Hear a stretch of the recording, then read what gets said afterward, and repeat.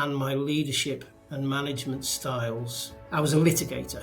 As a shipping lawyer, I fought people for a living. I don't mind which one, but of those four, what comes to mind where there was maybe an inflection point or an event which actually really made you realise you did have to change your behaviours? You've described that you did, but what happened in any of those four cases that you thought, I do need to change it, I can't be the way I've been? And you never know what you're going to... Well, you don't know what you don't know, but hopefully you'll find somewhere the answer is. It's often said, isn't it, that the leader's role, the CEO's role is the loneliest job in the world. I think that's complete nonsense. I really do. Too often, in terms of what I would say to an incoming CEO or someone who was reflecting on where they were in their leadership role. Same applies internally. Surround yourself with people who are better than you are at what they do and let them get on with it.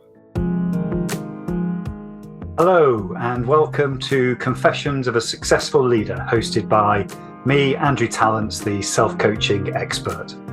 In each episode of the show, we hear the insightful confessions of a successful leader who wants to inspire others to live their professional and personal dreams. I am always keen to hear your feedback, particularly in relation to the kinds of leaders you would like me to invite onto the show in future. But for now, sit back, relax, and enjoy the rich insights from our special guest.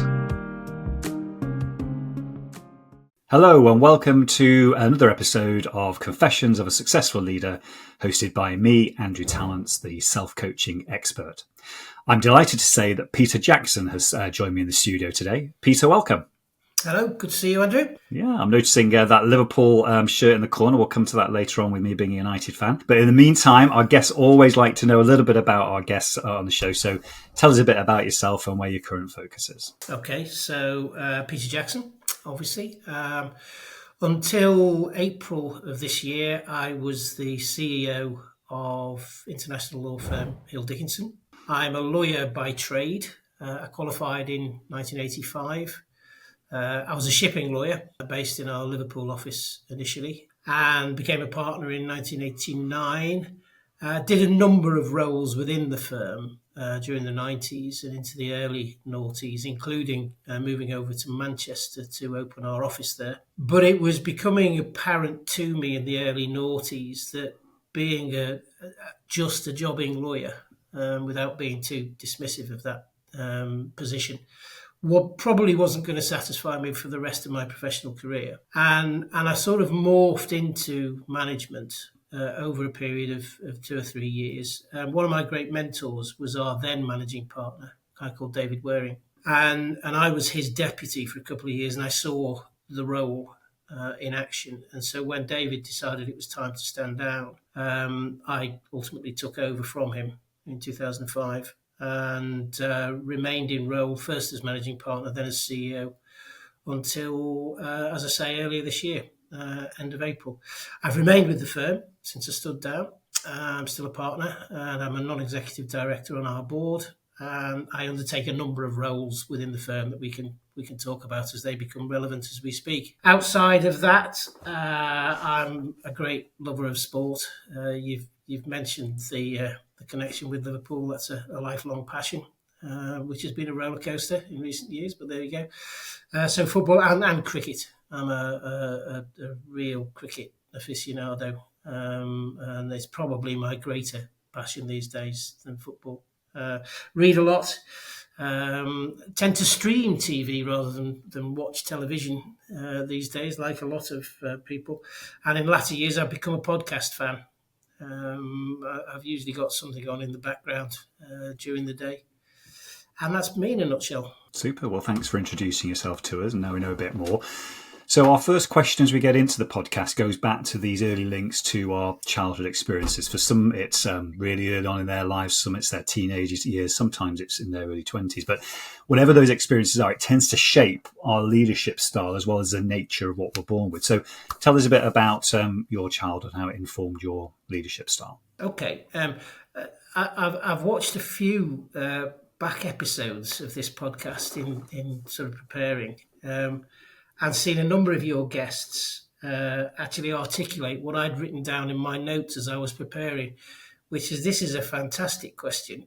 and it really makes you think. And my initial reaction when I saw it was, I'm not sure there are any episodes or experiences in my childhood or early life that really mattered insofar as my leadership style or role was concerned.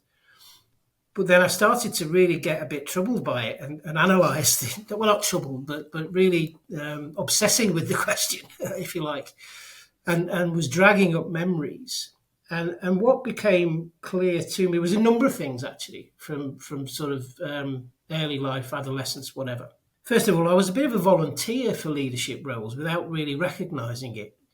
So, I was the captain at junior school of the cricket team, which was, was nothing to do with merit at all. But I really enjoyed the role. And I remember being really annoyed when one of my mates, Michael Lovelady's dad, came to watch us one day. So Mr. Mills, the teacher, made Mike the captain instead of me. I was really, really annoyed about that.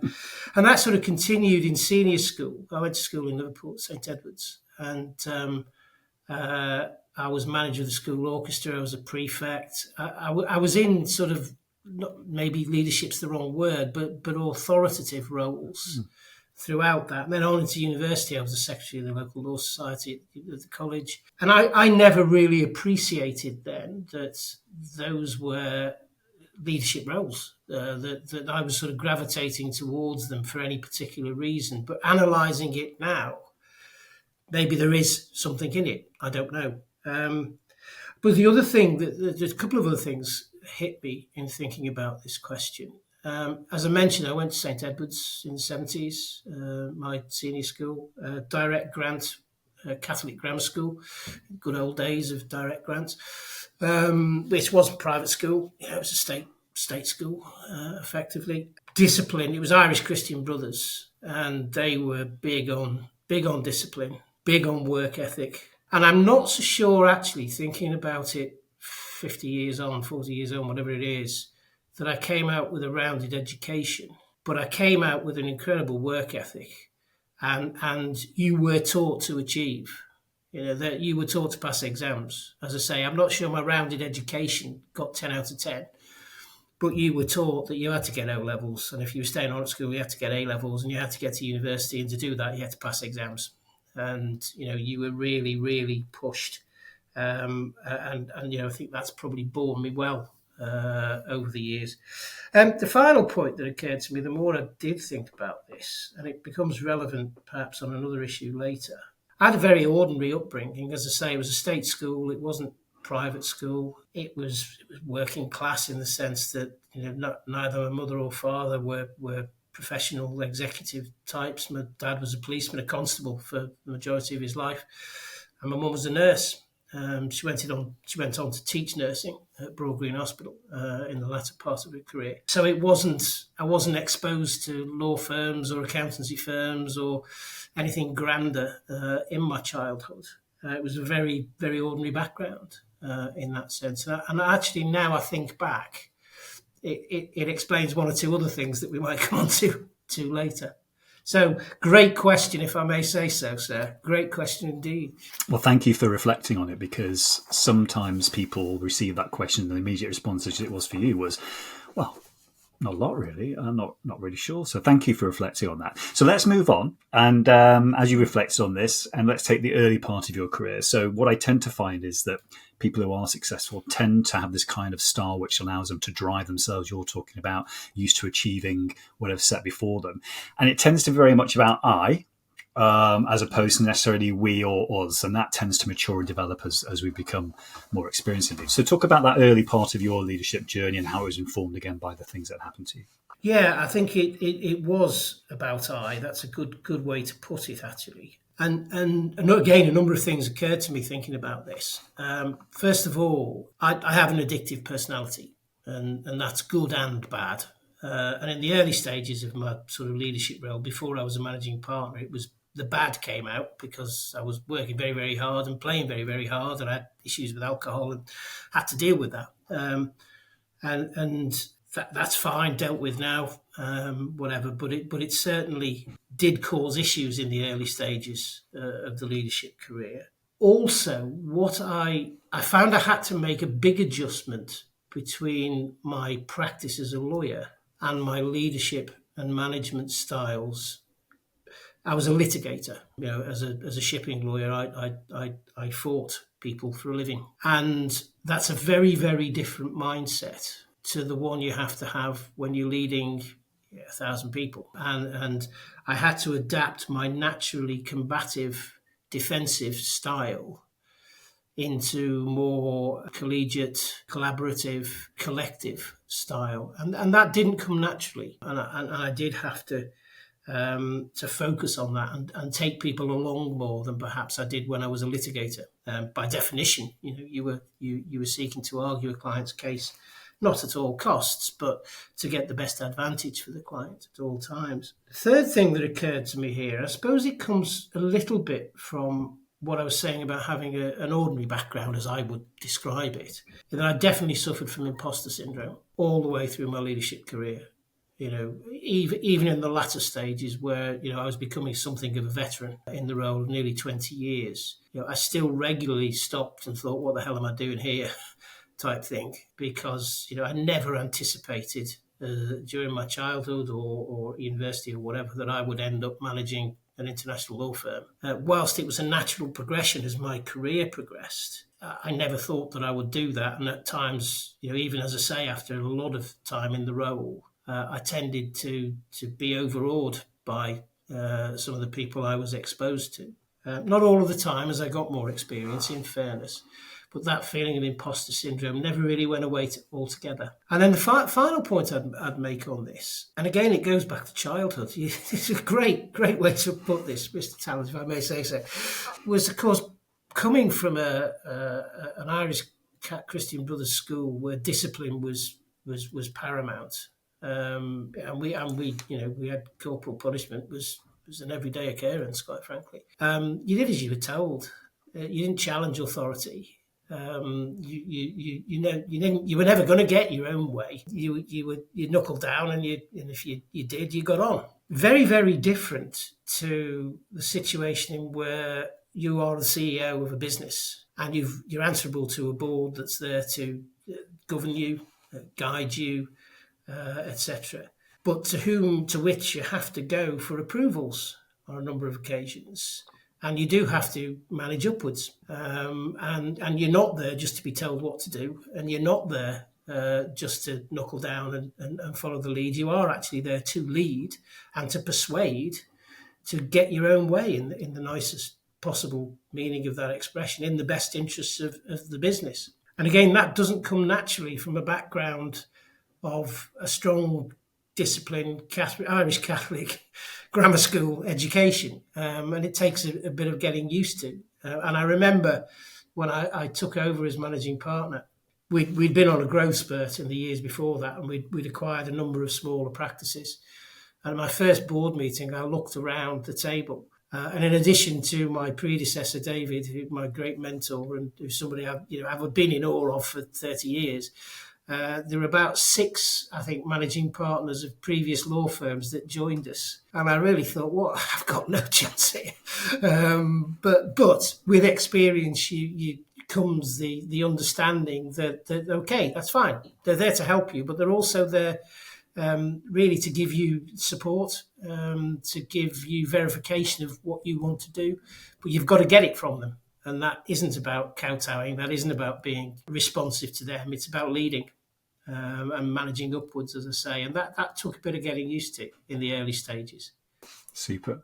No, and I appreciate all the 4 examples you've given there. Can I just maybe ask a follow-up question regarding that? Because it's lovely that you share those. So I don't mind which one, but of those 4, what comes to mind where there was maybe an inflection point or an event which actually really made you realise you did have to change your behaviours? You've described that you did, but what happened in any of those 4 cases that you thought, I do need to change it, I can't be the way I've been otherwise? Just share us maybe one example. Yeah, that's a very, very good question.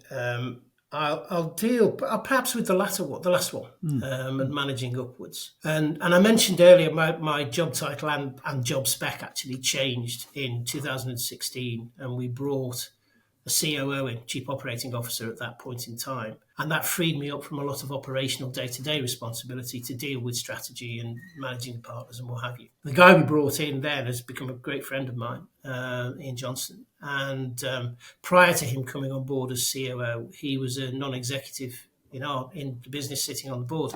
And he was in that capacity for about 2 years. And after a couple of board meetings in 2014 or whenever it was when he came on board, literally, we used to meet once a month for dinner, and we'd have a one-to-one, and he would coach me on things and challenge me privately before we went to a board meeting. And he said to me at one point, very early on, he said, "You're awfully quiet in board meetings." I said, "Well, I hadn't realised that. That's just the way I am." He said, "Yeah, but you are awfully quiet in board meetings, and you are the leader. And I'm not saying that you're Mr. Humble and you do as you're told and all of that, because I've seen examples of where you've said, well, hang on a minute, we need to do X rather than Y. But you're awfully quiet in board meetings. You need to really impose your authority on the board from time to time in the right way, and you don't do that all the time. I'm not saying you're performing badly, far from it. We're doing well as a business and you're leading. I've seen examples of how you lead, but you just need to take the bit more forceful approach there." And that didn't come naturally at all. But he was right, I think, because boards change, the composition of boards change, and the not the quality, but the level of experience of people on boards can change. The CEO is the constant over that period, and the CEO is ultimately responsible for everything, come what may, and has to have a personality in terms of leadership that defines that. And Ian was right, and I did need to be more expansive and perhaps more forceful on occasions. But it doesn't come naturally, and I had to really work at that. I think I got there in the end, personally. And sitting on the other side of that now, I recognise what he meant, and I really, he was right. There's no doubt about it. And my earlier experience had probably put me in a position where I wasn't doing myself justice in terms of how I was fulfilling the role. It was very good advice, which I took on board. Does that make sense? It does, thank you. And there's another thing that comes up for me there, which is relevant. Yeah. When you're dealing with that, so sometimes we ask for feedback, sometimes we don't. Sometimes we get feedback when we don't ask for it. And when we get that and we recognise maybe there's something in it in terms of that behaviour change, and it's not easy, we can straddle between just trying to do it ourselves and see how that works, a bit of self-leadership, self-coaching, or we can go the other way and obviously work with a coach or a mentor or even a peer or a colleague to help us with that. So just talk to us again, either in that situation or another one, where that's been for you over the years and how you've managed that between self-leadership and coaching versus having some support and to change the behaviour. Yeah, that's a very good point. I think I've done a bit of both. In fact, quite a lot of both. I've been very fortunate internally to have 2 or 3 strong relationships with my chairman, with my NED, Ian in particular, that we talk about there. And latterly, we have two newer non-executive directors on our board at the moment with whom I have a good relationship. And I've never shied away from seeking advice from them. And, the occasion we've spoken about with Ian saying, you're not quite as forceful as you should be. We then did have conversations about, well, how do I do that without sounding like, I'm arrogant, I'm banging the table, I'm aggressive or whatever. And we did find a way that would be good. And he gave me 1 or 2 tips as to how that could be facilitated. The other thing I would say, and it comes up perhaps later, but I'll say it now. I was very lucky in that I was taught the value of external networks early on in my career as managing partner. And it was a great pal of mine who'd been at school with me, actually, and university, Paddy Gall, who was the CEO of a competitor practice, Waitman's, in Liverpool and Manchester. Paddy was, as I say, great mate of mine. He phoned me up very early on after I'd taken over and said, "We're going out for lunch." I said, "That's very nice of you, Paddy." Great. He said, "No, we're going to meet some people." And I said, "I don't want to meet anybody. I'm busy. I'll have lunch with you, Paddy, but I don't want to go out and meet anybody else." He said, "No, seriously, come with me." And we did. We went out. We went to, he introduced me to a network that existed. I didn't know this sort of thing went on. I was very naive in that sense of other managing partners. And there was a recognition it was Chatham House rules, and there was a recognition that everybody had proprietorial interests they weren't going to share. But if you put those to one side, we were all in this together. We'd all had experiences. Well, I hadn't by that stage, but these others had. And if you were prepared to be open and transparent to a point about your own experiences, then there was a rich source of experience there to pick on, and it was invaluable, advice from Paddy, and something I've carried on, for 20 years now, and I've passed on to every member of my executive team. I've encouraged them to get into a network, whether it's the FD, the IT director, whatever it may be, because yes, they are. You're talking to competitor executives, of course you are, but so what? We all know where the line is in terms of what we can share. And you never know what you're going to... Well, you don't know what you don't know, but hopefully you'll find somewhere that the answer is. It's often said, isn't it, that the leader's role, the CEO's role, is the loneliest job in the world. I think that's complete nonsense. I really do. It is if you let it be. But I'd suggest that if you're finding that, you're missing something. There's something you're not doing, because if you surround yourself with a network that you can turn to and say, have you ever had this? Have you come across this before? You'll find an answer, or you'll find somebody who will say, no, let's talk it through. What would I do? Type thing. And if you can do that externally and do that internally, as I say, I have been fortunate enough internally as well, then that works. That works to get over that, definitely. Thank you for that. So let's continue with the career and the maturity of leadership. And you were becoming aware of how you needed to change in those different ways from being a litigation lawyer in that sense, and starting to learn what worked and what didn't. So as you got to the middle stages of your leadership experience, how did you sustain those behavioural changes that you were making? Because sometimes we can slip back into those old behaviours. Just talk to us about a few techniques you used there. Yeah, okay. So I suppose I devised mechanisms that I actually both enjoyed doing. So it wasn't an imposition in terms of the mechanisms I achieved, mechanisms I put in place.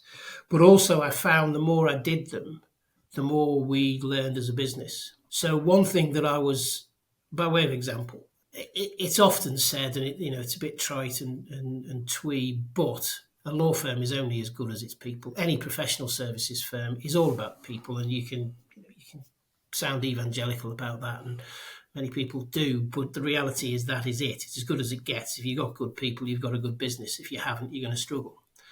And I decided that however big we were getting, and we were growing rapidly at various stages of my leadership role, the one thing I had to do was to maintain a relationship, certainly with the partners, that I couldn't be a faceless chief executive that they got a Christmas message from and, would send emails and what have you. I had to have FaceTime with all of them as regularly as I possibly could.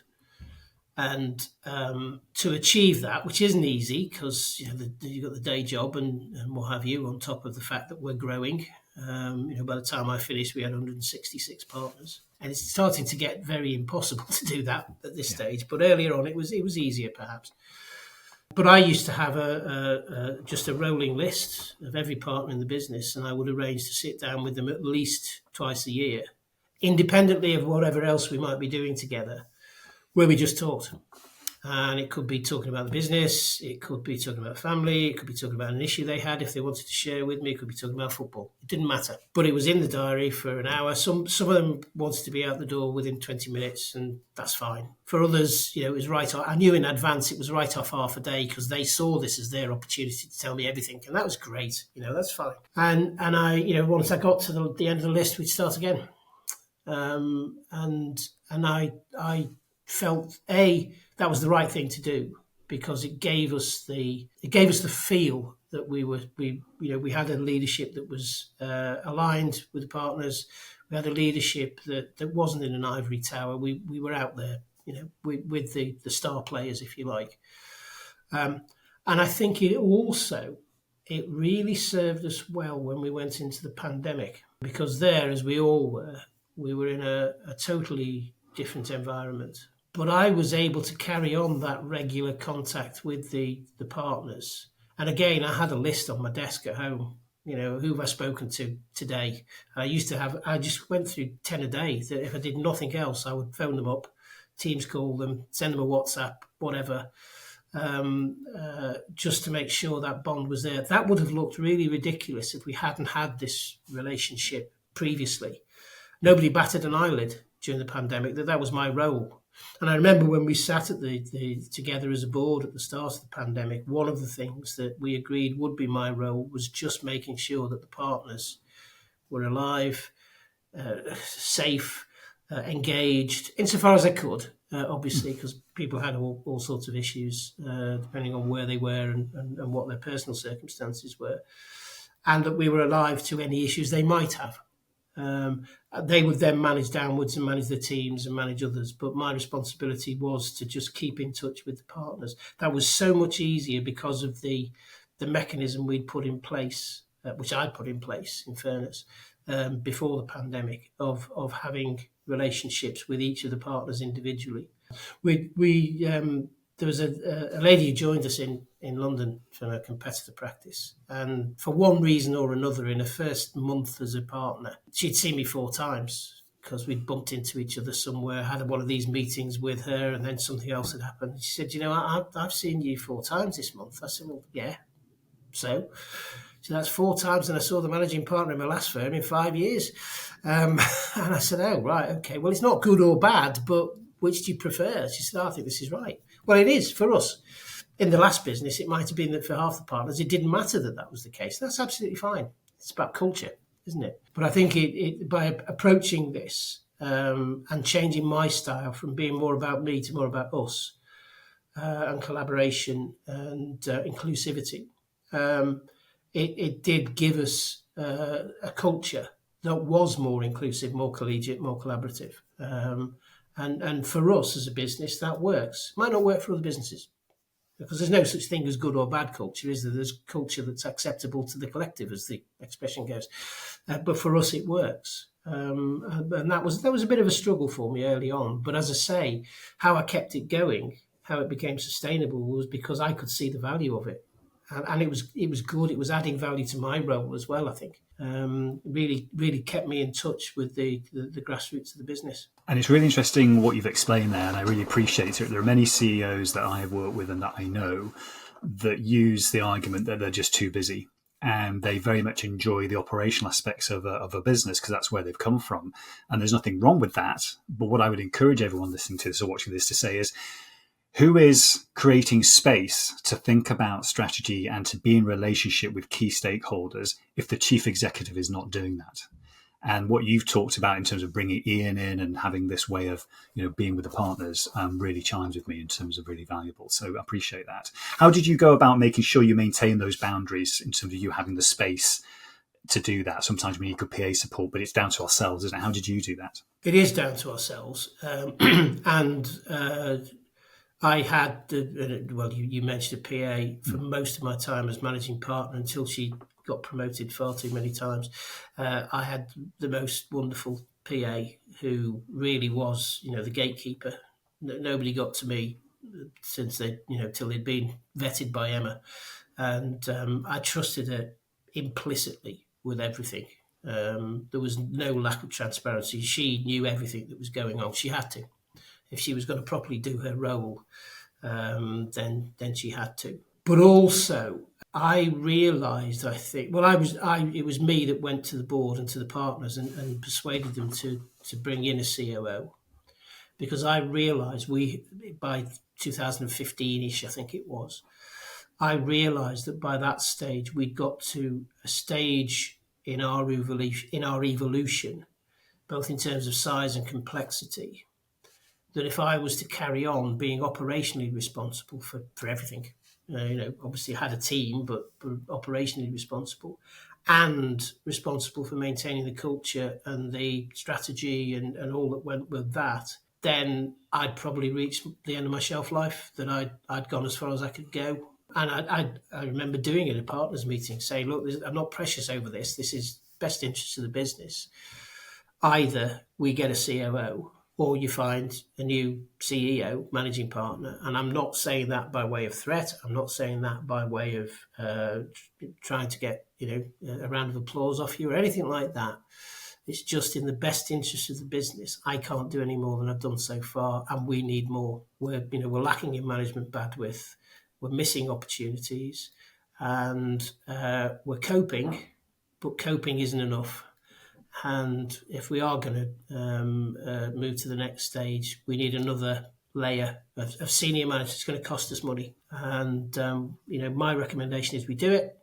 But if we don't, fine, I'll go away and do something else. Don't worry about it. But you do need a different managing partner to take us on for the next role. And thankfully, from my perspective, the partners agreed. And it was a gamble in terms of my career. But, I've been at Hill Dicks all my life. What's in the best interest of the business comes first, as far as I'm concerned, and very old school in that sense.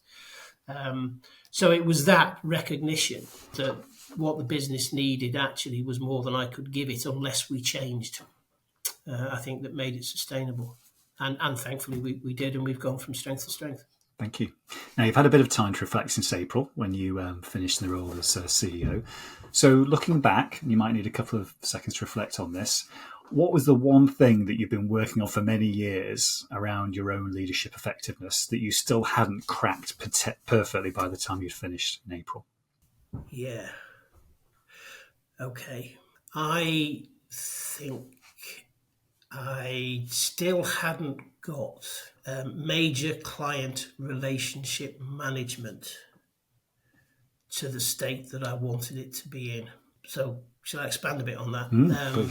Part of the new role in 2016 was bringing the COO, free me up to do more things. I think I had 4 main pillars of a job title. So managing the partners, the senior title, strategy, events, dear boy events, because you never know what's going to happen and somebody has to manage them. It's usually serious enough for the boss to do it. But then be responsible, hands-on, for managing the top relationships with clients and targets. Not on a day-to-day basis, not to do any work or anything like that, but to have a relationship in some sense with our top clients and those clients that partners wanted me to have a relationship with, or I thought I ought to, basically. And partners bought into it over a period of time. It took a bit, because law firm partners can be a bit defensive about their relationships, which I get, totally understand. But over a period of about 18 months to 2 years, we'd got over that. And I must have been to see something like 80 clients over that period. And we'd got absolute nuggets in terms of feedback, what other firms were doing, what they liked about us, occasionally what they didn't like, in a manner we could do something about it before we lost a client. Nothing too dramatic, but stuff that we could improve upon, and which might have, made the relationship vulnerable, possibly at a stage in the future. And as I say, some fantastic market information as to how we might develop as a law firm. And then the pandemic happened, and nobody wanted to see the CEO. The only lawyer they wanted to see was the lawyer who was going to do the next job for them and keep their business alive or do whatever it was that was required. And we never recovered from that, really, in my period. We're starting to get it back now. We've got a new business development director. We brought in a key client account manager who's working with a number of partners to start building back up again. And I may have a role in that, in my non-executive capacity going forward. I don't know. We'll see. But it was going so well, and we were really, cracking it. Obviously, pandemic, nothing to do with us, nothing we could do about it. But we never got it back to where I wanted it to be by the time I'd finished, and that's unfinished business in a way. Sure. I'm sure there are lots of other things as well, but that's the one that Don't like that.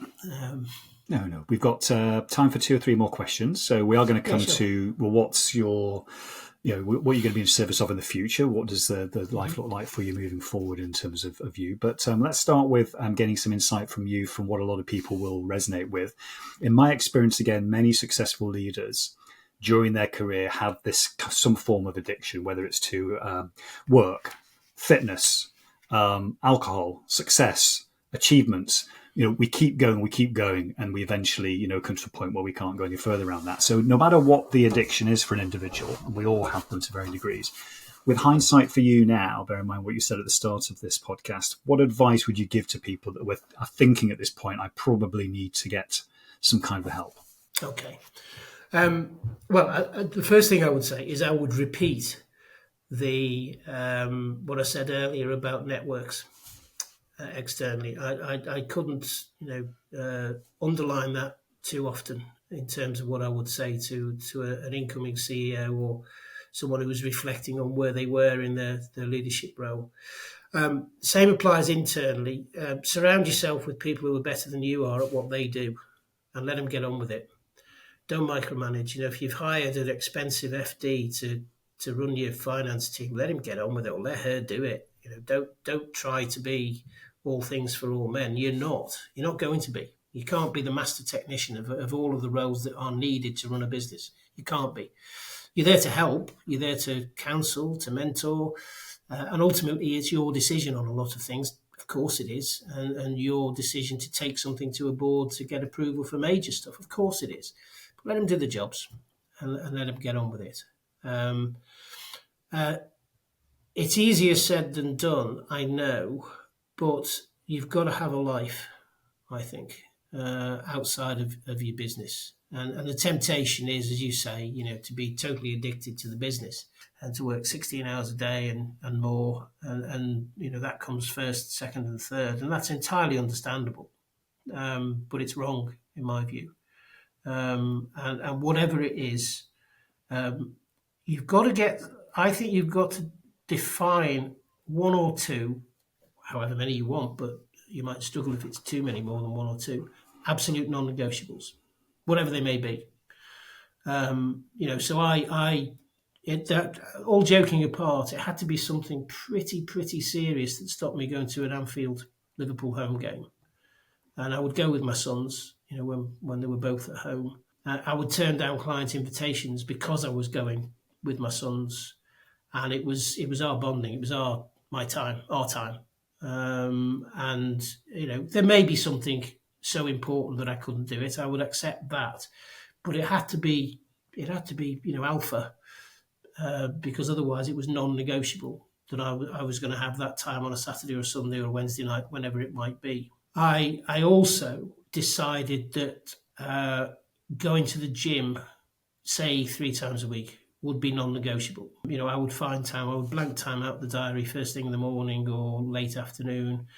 The pandemic helped in that sense because it became more normal for people to, I did it anyway, but you felt better that other people were doing it, would blank time out, in the middle of the day to go for a walk or whatever. And I would urge and encourage people to do that. You'll still get the work done.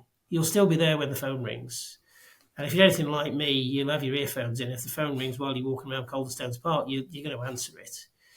But you are proactively taking yourself out of the business environment for a period of time. And I think that's good. Your brain may still be whirring, of course it is. You can't control that. That's going to happen. There's no point trying to stop that. But taking yourself out of the environment and making it non-negotiable that you're going to do it from time to time, whatever time to time means to you, I think is absolutely essential. Or as you say, Andrew, at some point, otherwise you will stop because you can't physically or mentally carry on anymore. And you don't want that either for yourself or for your business. This is not all about you either, actually, although it is about you. It's not all about you because, you have fiduciary and moral responsibilities to your business. And that includes making sure that you're well enough, fit enough, healthy enough, active enough to do your job. And that usually involves not doing it for a period of time.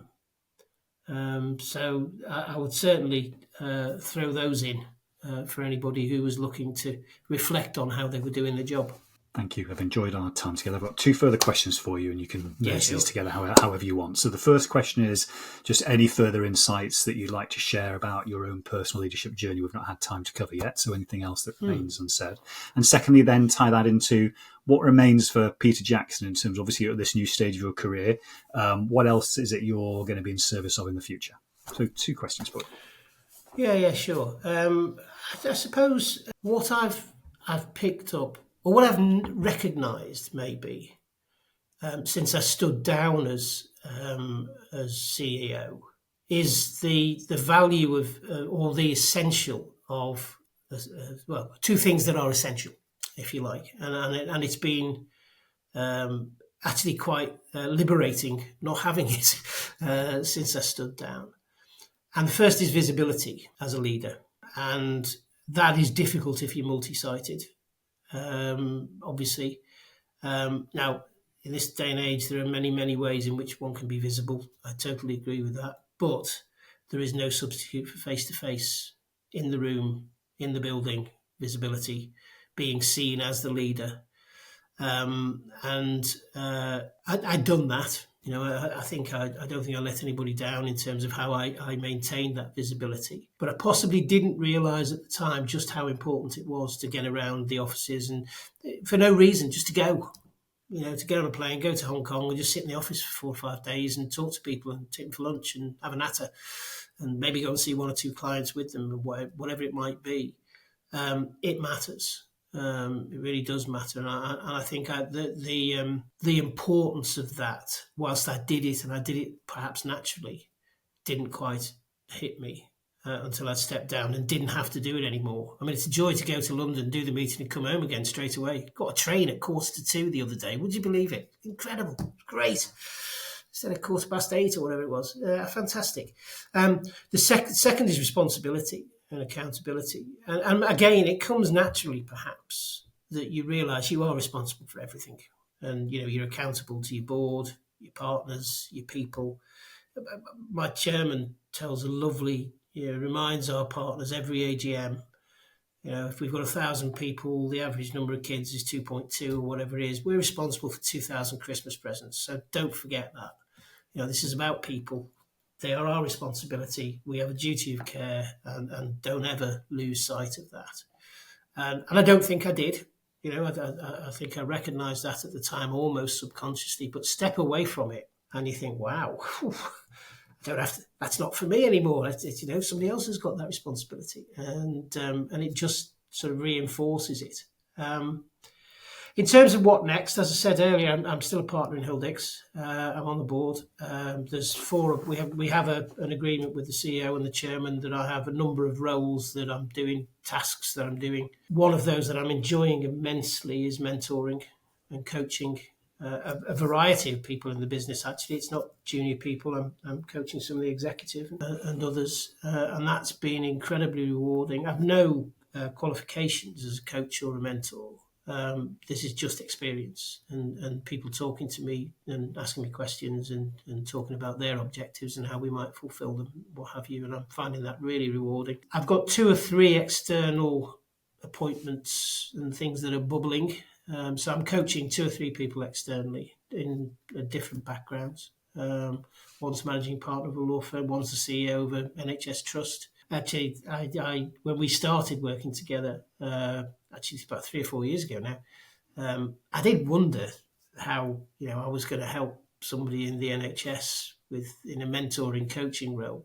But it's the same problems, different technical approaches to them, perhaps, and some terminology I have to stop and ask him what he means by XYZ occasionally. But the same problems he's got as a CEO I had as a CEO, and I'm sure others do. So there are skills that I've found that cross sector in that sense, and that, again, that's very fulfilling and what have you.